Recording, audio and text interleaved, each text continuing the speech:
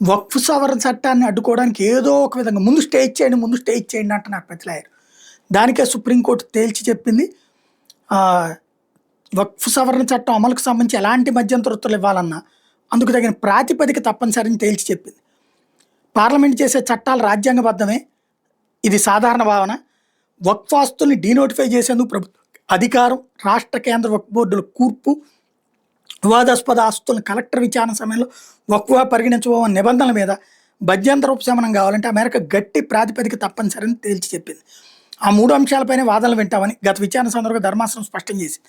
దాంతో వాటి అమలు దిశగా ప్రస్తుతానికి ఎలాంటి చర్యలు తీసుకోబోమని ఈ సందర్భంగా కోర్టుకు కేంద్రం హామీ ఇచ్చింది. చట్టం అమలుకు సంబంధించి ఎలాంటి మధ్యంతర ఉత్తర్వులు ఇవ్వద్దని అభ్యర్థించింది. వక్ఫ్ భావనలోనే లౌకికత్వం ఇమిడి ఉందని మంగళవారం సమర్పించిన నోట్లో కేంద్రం పేర్కొంది.